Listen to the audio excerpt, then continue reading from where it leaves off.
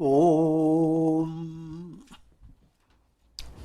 Om Mani Padme Hum Om Buddham Sharanam Gacchami Sangham Sharanam Gacchami Dhammam Sharanam Gacchami Om Buddha Jayanti.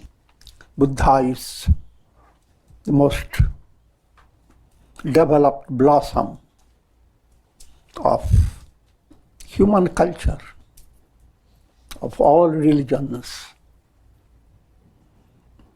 If you have very broad understanding, India has presented, Bharatvarsh, three great aspects of supreme attainment, supreme goal. One represented by Rama, who gives the example of pursuit of truth, satyam. Next is Krishna. The Rama movement is supplemented by Krishna. Krishna is pursuit of love, prem, satya, prem. And Buddha brings the ultimate blossom, karuna, compassion. If these three were to enter in human life, that would be the most powerful source of upliftment, the real good to all humanity. Keeping that in view, but you must realize that all souls await that final attainment. That's the goal for every soul. And why they wait? Because they have to prepare themselves. The whole world is there to help you to evolve. I will not go into that aspect. First we begin with the meaning of the mantra, Om Mani Padme Hum. Literally, the Mani Padme Hum means, Om, may the jewel drop of individuality slip from the lotus of the heart into the shining sea of nirvana. I have embellished it. The sense of individuality, that's not the reality of the soul. When you are in deep sleep, the sense of individuality moves away from you. You don't have your identity as ego. You have no identity. And time, space, causation have vanished. That points to the goal of every soul. Deep down, you are void of your ego, void of your sentiments, void of your senses. Just void, void, void. Buddha highlighted the void, shunya. Let me go through now the subtle meaning, mystical meaning. Om is Brahman, the Absolute. I will not go into detail because I have many things to say. Om is all the mantras put together, the source of mantra. Or you open your throat with M, lips closed. So all that you have to say, when you say Om, all the root letters resonate and they inundate your entire mind. Pave the way for your mind to disappear. Mani Padme Hum. Every mantra has a literal meaning just like you have water. Water is the literal. Mantra, H2O. In mantra, every H has a meaning, hydrogen. O is oxygen. In the same way, in mantra. And that again is a profound science, mystical science. Money, ma. Ma term relates to me and mine. This me and mine becomes like a mystical drop if you continue to advance. A drop that must move away from the lotus of your heart. Otherwise, it contaminates the lotus. Ni, money, ni term is a negation. Negation of apparent shine of the world process. Negation of the apparent value. Whatever you are seeing in the world, what shines before your mind. Understand it is extremely delusional. Just like mirage. And if you understand it is a mirage, you will not be dear.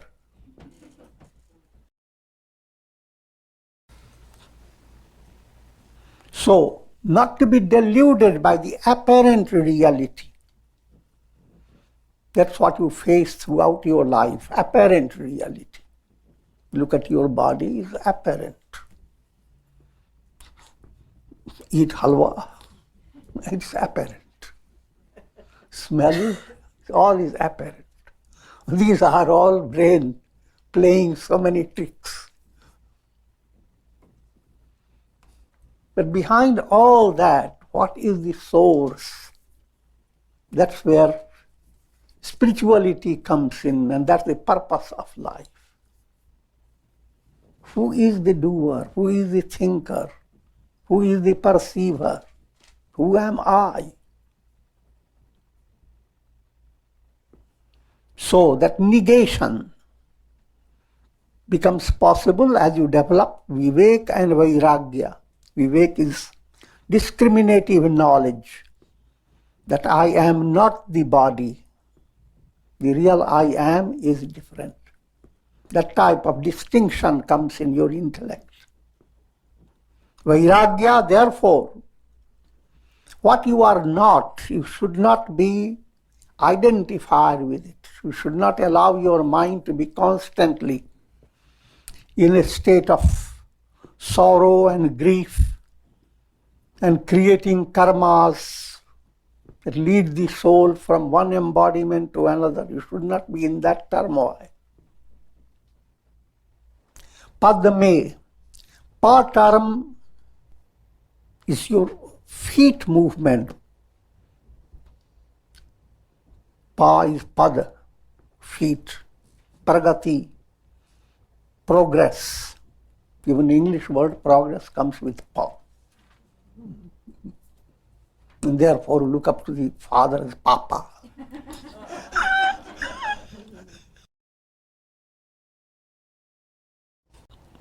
And what's progress? It's expressed in Buddhist culture. Buddham, sharanam, gacchami. First progress, turn to Buddha. Turn to the Guru of Gurus. Buddha symbolizes the source of wisdom. He is the one who gives you.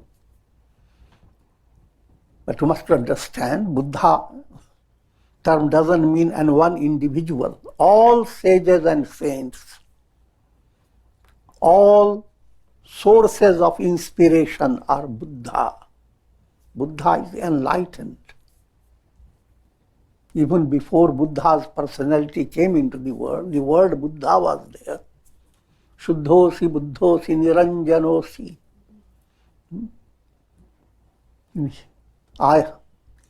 Vedic culture, Madalasa, mother, cradles her baby, singing the song. Oh baby, you are absolutely pure. You are Shuddha. You are Buddha. You are enlightened.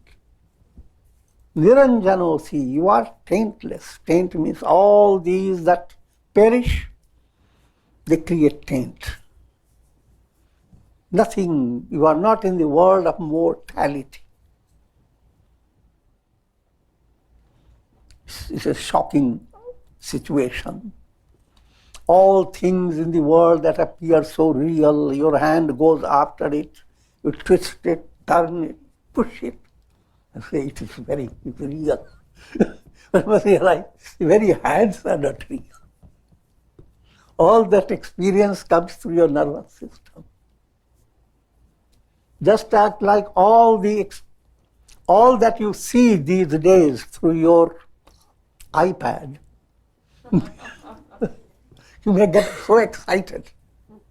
You look it from here side, look by that way, push your finger so many ways, and get so excited. But nothing is real.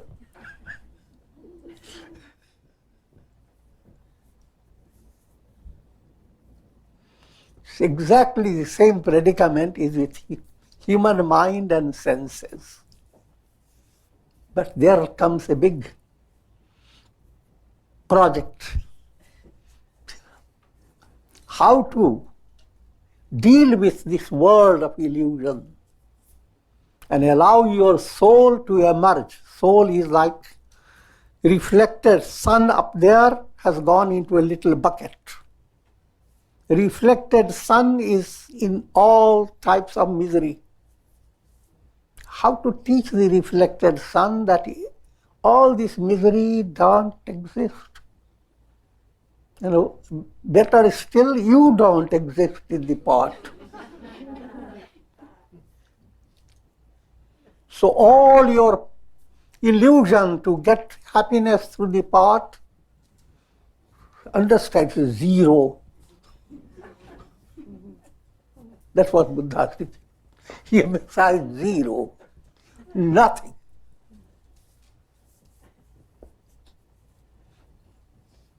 That doesn't mean the absolute reality is zero. Simply means all you are experiencing through your mind is void. If once you void it, truth automatically shines. That's nirvana. So, letter Pa moves in three ways: surrendering to Buddha. Next, surrendering to satsanga. Satsanga comes through sang, a group of people coming together for gaining insight into the path of nirvana, the path leading to liberation. And while you are not in the situation of joining with the group of people who are working together for liberation, most broad type of practice is practice dharma in your daily life. Turn everything that you do aligned with dharma. If karma is action is performed with the spirit of dharma, it becomes karma yoga. If you handle your feelings and sentiments in a right way, it becomes bhakti yoga. You handle your thoughts and your willpower by mental concentration, called dhyana yoga. And if you handle your intellect and understanding in a profound way, it becomes jnana yoga. All these together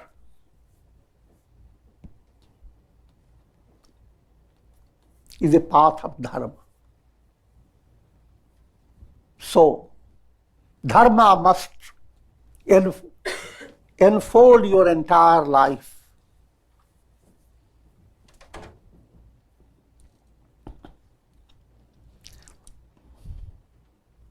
Next letter is Padme, Dame. Dva term relates to lotus of the heart. Develop that understanding as the heart-based experience is absolutely pure. This is like the sky. The sky can gather so many clouds and all types of things, but the sky remains absolutely pure. And even countless clouds are nothing compared to the sky. Instead of using a sky simile, highlighted simile in Buddhism is lotus. We are not just a sky, wide, complete like uninteresting expansion, but expansion with a special color of love.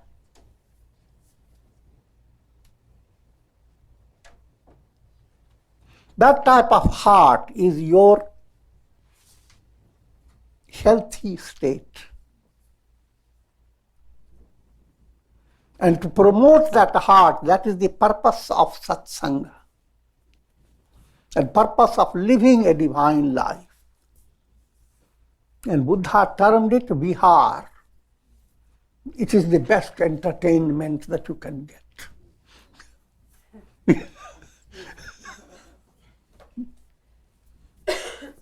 Ahar bihar.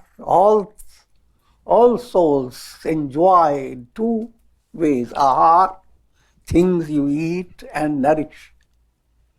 And as you get nourished, you go on jumping around. Bihar. Ahar, bihar. And then come vyavahar. How you conduct yourself.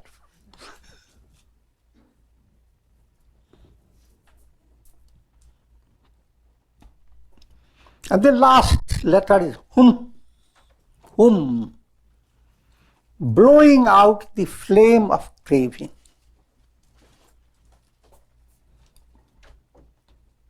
Or letting the drop of individuality slip from the lotus of your heart and enter into the vast ocean. Your individuality becomes completely gone, because individuality is not a reality. That's all that's implied by the mantra Om Mani Padme Hum. This mantra gives you a brief sketch of spiritual movement. With Om, you invoke God. With Mani, you negate the apparent shine of me and mine. And all this disappears into the sea of nirvana, hum.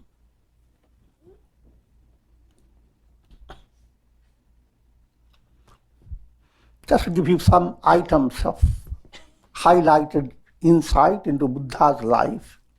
Historically, he was born 557 BC, before Christ. His family name is Gautam. Gautam family. Gautam is a Vedic sage.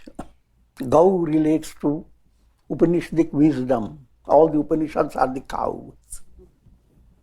And the best of knowledge that comes from the Upanishadic wisdom, that whole line was called Gautam. Gautam line.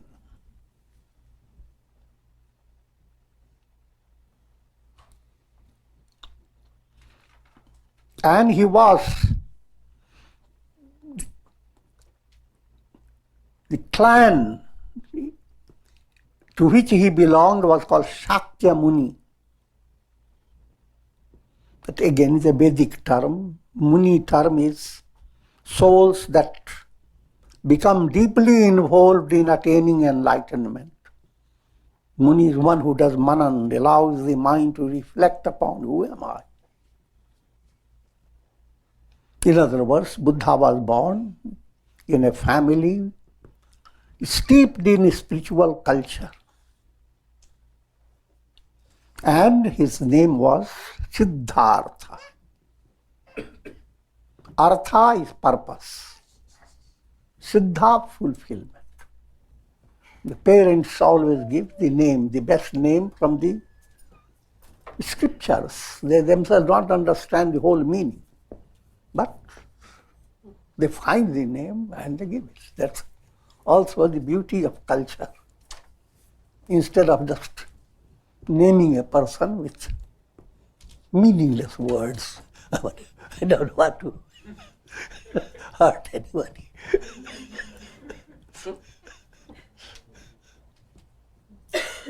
The name itself should have some mantra effect to your mind.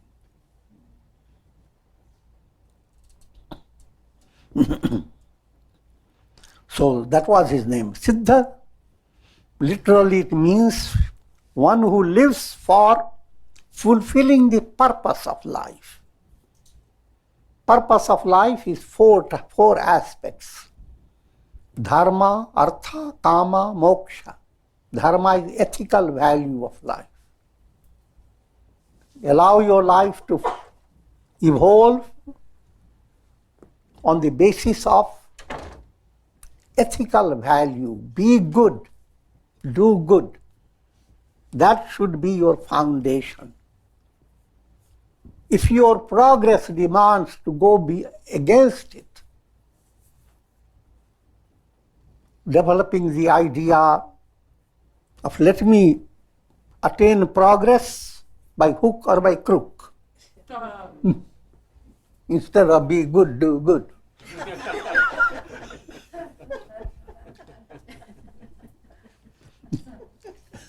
You are not going to get anything out of that.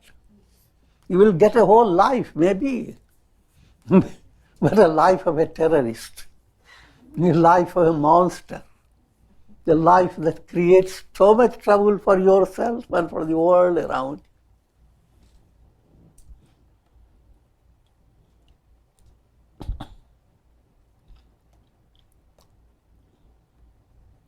So, dharma, artha I am explaining the purpose. Ethical value is the foundation.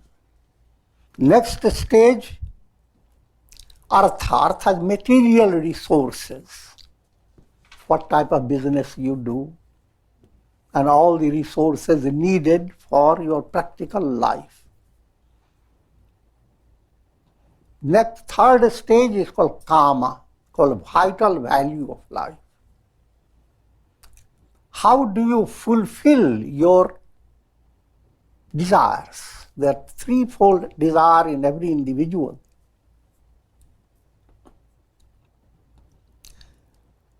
Putreshana, everyone wants to have their progeny, sons, daughters, to maintain the line. You see yourself flowing through your children. Putreshana. Vitteshana, you want to have all the resources, wealth. And location, you want to go viral, want to be recognized. All these desires are there in the human mind. And they have to go into a sublimation process if you follow the spiritual movement. So, as if these kama, the threefold instincts, are brought into a proper order, you are fulfilling the path of kama. If you are fulfilling all this for the soul to become much more compassionate towards others, to have a broad heart, a soul that is inclined to become free from egoistic limits, that's type of karma. That if your desires are really being fulfilled in a healthy way, then if you began your movement as an egg, as you grow, you have hatched out of the egg. As you go further, You unfurl your wings. As you go further, you soar surely.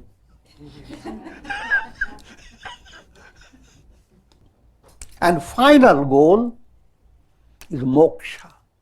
Moksha, nirvana. Buddha termed nirvana.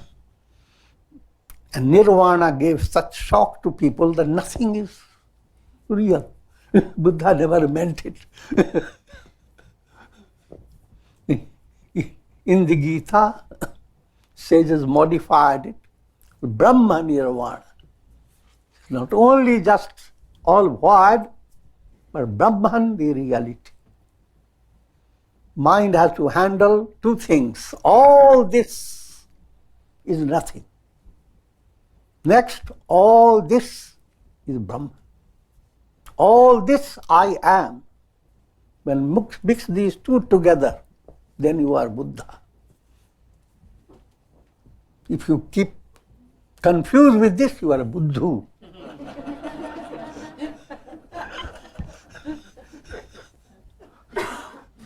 Buddhu is foolish, simpleton.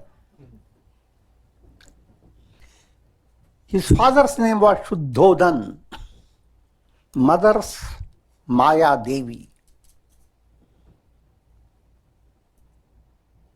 All these details, I'm not going through details. Now to look at that, you can easily read in the history. Even in his in baby stage, he received forecast from sages, from people the royal priest. That was the old style. Even today people do that. They have their astrological chart read out and interpreted about every baby.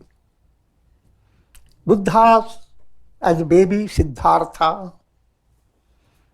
then the astrologer said that he will be the most well-known personality ever. But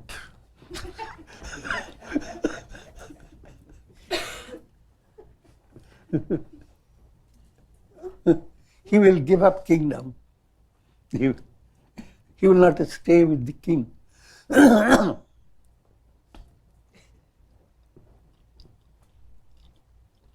And so, in storyline, King Shuddhodan arranges such a way that Buddha doesn't go away from the kingdom. And the astrologer also said that if he were to see someone who is a patient, this person suffering from terrible disease, if he were to see old person, completely disabled, miserable, and dead body, good looking but no life,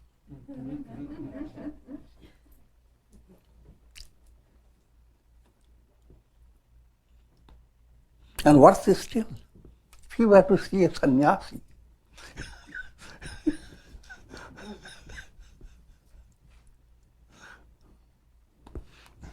he will leave the kingdom. So if you could prevent all this, then he will stay with the kingdom. But this is all old style art of presenting profound wisdom to human mind. It's the statement given in the Gita. Janma mrityu jara vyadhi dukkha doshanu darshanam.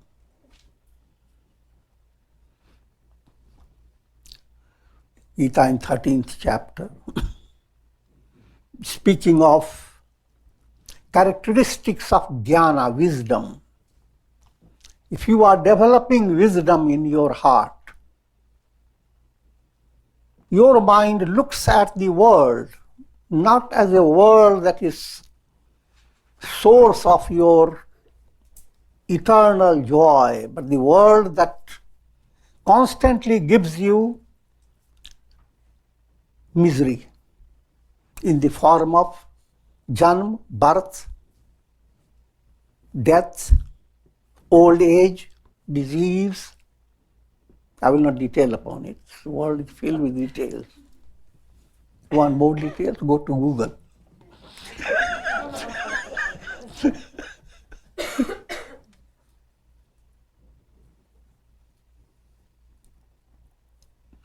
Now in the story of Buddha, they are all dramatized. How he happens to be taken to see little diversion in his kingdom. And suddenly finds a person who is so hunched down, so old, he can't move. And then he asks his chariot driver, what is that creature? It's not a creature. It's every one of us. One day, everyone will become like that. Your wonderful black hair will become grey. Wonderful face will shrink.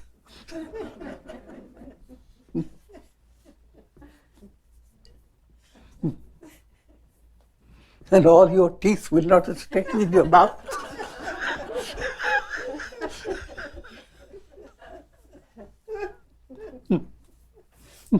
And your senses will become deceptive. You are looking with your eyes but will not see it. Things have doubled up.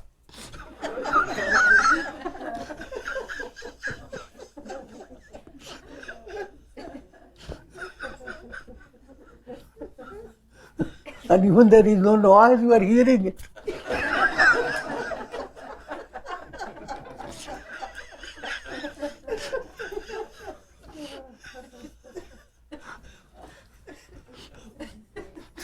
I'm adding to it.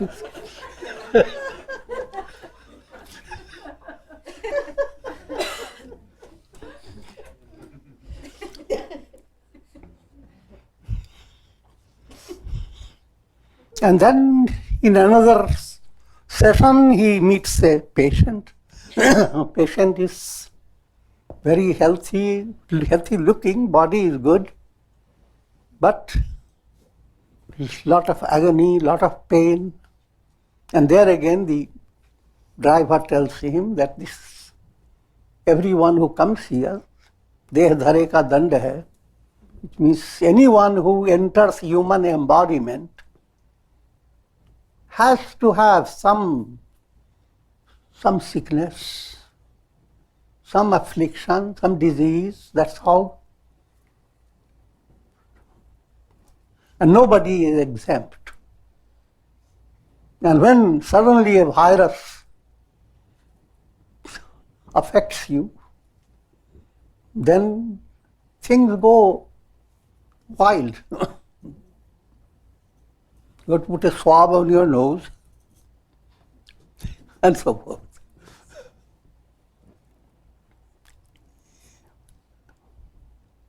So he happens to see all those. In brief, what is told to aspirants, think of the misery connected with rebirth, aging, disease. Think of all this and thereby develop vairagya, dispassion. May I not enter this world of birth and death. In Buddha's life, they are dramatized. And in that dramatization comes another stage. Buddha gets married to Yashodhara. And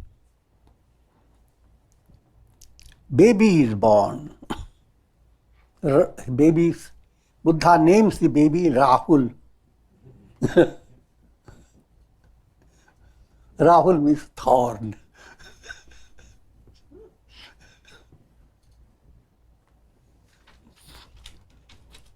Because he didn't see this as a fortunate development, but he saw this as a tremendous entanglement.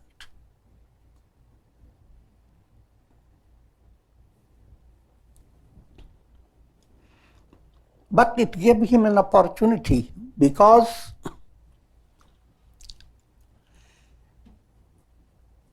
celebration started, celebrating the birth of the child. And sannyasis were brought into the palace. But the king was still restricting. Sannyasi also is not allowed, were not allowed. But since this was a great festivity, during the night, a sannyasi came to bless the child. And Buddha sneaked into seeing the sannyasi. Buddha met the sannyasi accidentally. And suddenly he found the key to his resolution. The sannyasi told him that he lives for attaining liberation, not for worldly attainments. And there is a path of renunciation, path of meditation. And Buddha said, that's what I will follow. So, at that time, Buddha was 29-year-old. And having internally developed vairagya, without telling others, he simply renounced the kingdom. Went to the place known as Rajgriha, that's in Bihar, in India. For 6 years he did severe austerities. But there came a stage in divine plan, he was to be corrected in his understanding of austerity. His austerity in the beginning was extreme measure. Ihaivasthane shushatume shariram. He sat under the Bodhi tree. May I stay until I attain liberation, not get up from this. That type of attitude is extreme attitude. And that is not the purposeful, that will not lead you to liberation. So, in storyline, 3 musicians passed by, divinely arranged. And they were all talking to their own instrument. I'm joking. One was saying, do not tune your veena too tight. If the strings are too tight, they will break. Another was saying, do not keep it too loose. No melody will come from it. Another said, neither too tight, neither too loose. The golden moderation. And Buddha now suddenly became awakened to higher reality. There are many subtle details, and I'm not getting into that. I'm going to give you a little more of Buddha philosophy. So what happens in brief? Buddha gives up that rigid austerity and start living with moderation, and went on teaching the philosophy of madhyam marg, is neither too extreme nor too loose. While he was practicing his austerity, one little parable I will tell you. Mara term refers to Kamadev, Cupid god. It's always Cupid comes as the source of bringing impurity to human mind. And if one were to conquer Cupid god, all impurities are removed.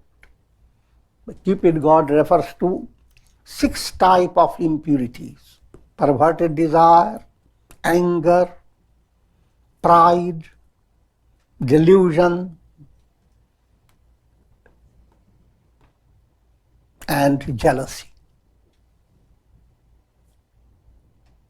All these impurities, instead of describing he fought against all these, he said he fought against Cupid god, Mara. But in the storyline, Mara is the evil one. He's a personality, he's a demon personality. He has 3 sons, Vibram, Harsh, and Darp. Vibram means confusion. That's the son of Cupid god. Harsh means gaiety, elation. Elation, meaningless elation. You want to see that? Go into some drunken house and see. And Darp. Darp means pride. Confusion, elation, pride. These 3 sons, and he has 3 daughters. Desire, called Tanha, Krishna modified. Raga is attachment, worldly attachment. And Arati, not Arati, Arati. Rati is delicious taste, good taste for which you go. Arati is aversion.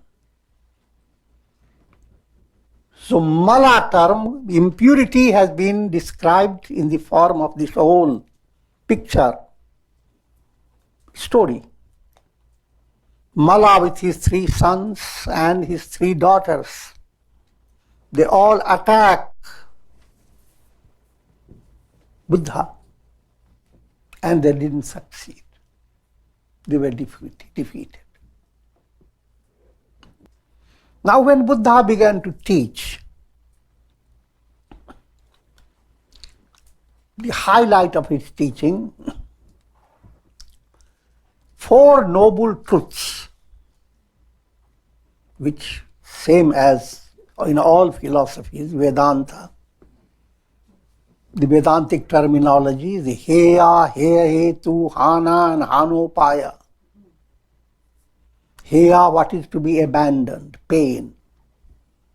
Heya Hetu means there is a cause for pain. Han, there is an end of pain. Hanopaya, there is a method to bring the end of pain. In Buddhism, the terminology is slightly changed. It's called Dukh. First Aryan truth, Chattvari Arya Satyani. First truth, pain. Try to understand the definition of pain. Sometimes you are living your life with great pleasure, but that pleasure is pain beyond measure.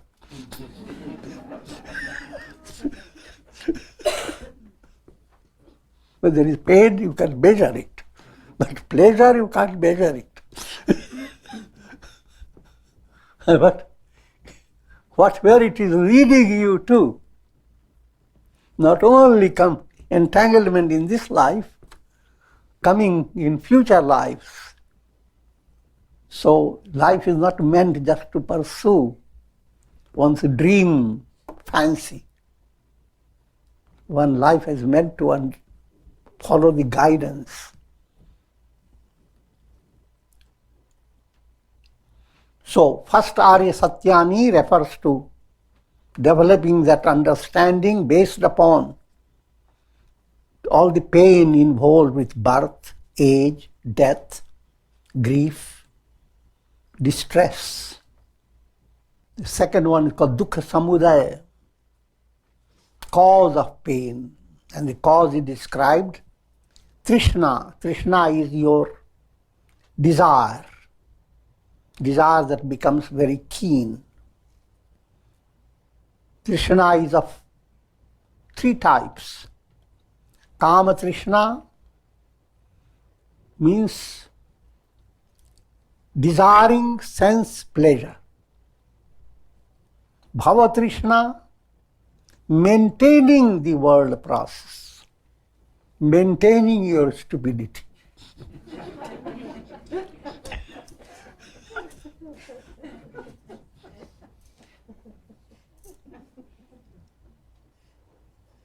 And vibhava trishna, going after fame, empty fame, going after become viral. So we have nothing but the idea of everybody knows you, millions know you. And that captivates human mind. Amazing, it has nothing to do with you. Dukkha nirodha. The cessation of pain comes by nirvana. And the fourth, dukkha nirodha gamini paripad, the path that leads you to the end of pain. And that path is called Ashtangika Marg, the noble eightfold path. And now I will be giving you very quick. Samyak drishti. First step. Samyak drishti means right view. Right view is to have all these understanding, noble truths, how human personality is a blend of feeling, perception, impressions, thought. But all these different aspects of your personality are held together by craving. One needs to know the distinction between kushal and akushal. Kushal means what is good for you. Akushal, what is not good. There are two movements in life.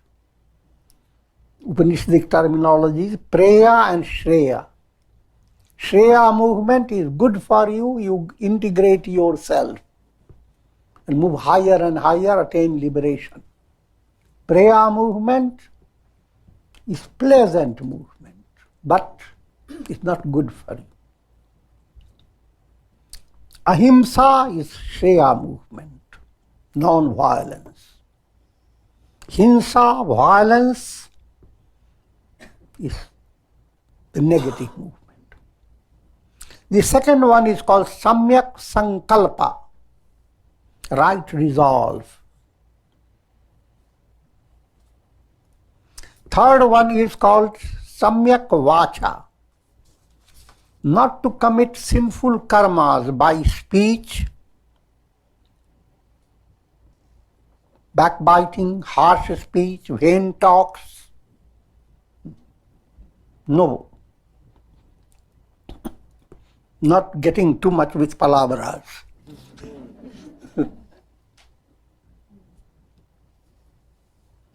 Fourth is called Samyak Karamant. Literal meaning is right action.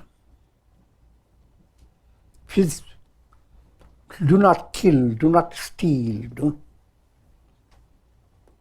Do the type of karma that allows your mind to become more relaxed and turns to its own objective, what you live for attaining liberation, not for fruit of karma.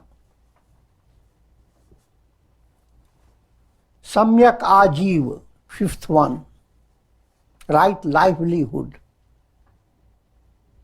A livelihood that should not lead you to killing animals, birds, etc., or lead you to doing things that are negative deeds. Righteous action must be through thought, word, and deed. Sixth, samyak vyayam, meaning right effort. Day by day, do effort in such a way that you are nourishing yourself. It's practice of integral yoga in daily life. Bring your lifestyle in such a way that to touch upon the important aspects in a rhythmic manner, so that you are not always thinking, where should I go to get away from this load of things? But if you live in a rhythmic way, you don't have to go anywhere. It's the same word everywhere. And you will go on moving purposefully, enriching yourself. So that type of samyak vyayam, abhyas and vairagya are involved, repeated effort, and move away from negative habits. Samyak smriti, right mindfulness. What Rajiva terms it dhyana, practice of meditation. But meditation is further defined mindful. Mind should not be with empty rubbish. It should have some fullness in it.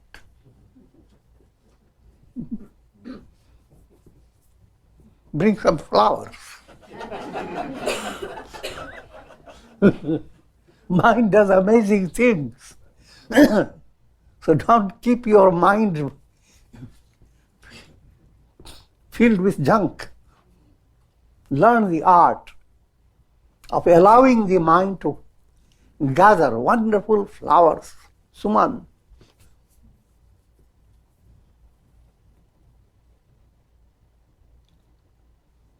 And finally, samyak samadhi, the right contemplation, deep samadhi, where your discriminative knowledge, vivek, your understanding, experience of peace, all rises to the height.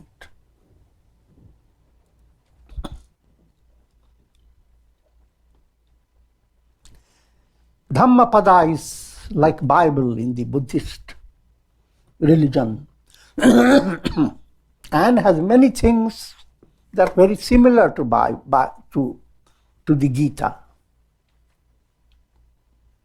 I will just quote few points from Dhammapada. Atma hi atmano natha, ko hi natha parasyat, atmanaiva sudantena natham labate durlabham. Atma is one's Lord. There is no Lord other than the self. Atma is the self.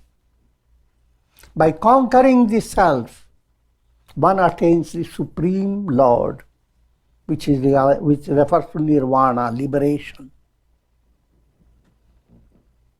Similar statement is in the Gita, uddharet atmanatmanam natmanam avasadayet. Rescue the self by yourself. Don't torture yourself by your own self. You are the one torturing your own self. Whom do you blame for it? You. Since you are the source, you should also be understand that's the good news. Since you are the one done all the negative to yourself, now you straighten yourself. You are not helplessly dependent on others. Oh, Mama, did you? Oh, Papa, did you cause my pain? Not so. You are the one. So therefore, come to have a deeper understanding. And finally, Buddha departed. Philosophy of Buddha, the philosophy for karuna, truth, love, prem, and karuna. Humanity has gotten these three great blessings, the great ideal.